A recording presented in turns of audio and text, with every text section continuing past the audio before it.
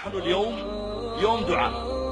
لو قال شخص أنا والله سأمسك المصحف وأقرأ 5 أجزاء إلى المغرب، قلنا له لا، القرآن صحيح هو أفضل الذكر، لكن اليوم يوم دعاء. لو قال أنا سأكبر وأصلي، قلنا له لا، اليوم يوم دعاء. لو قال سأخرج وأنشغل إلى المغرب بسقيا الحجاج وتوزيع الصدقات عليهم، نقول لا، اليوم دعاء. اليوم لك أنت، لا تضيعه. اليوم بينك وبين الله أنت. طلع أسرارك لله، طلع شجونك ومصائبك ومشاكلك، فاضفض بها إلى ربك. ادعو الله وأنت موقن بالإجابة، إنك تتعامل مع رب غني.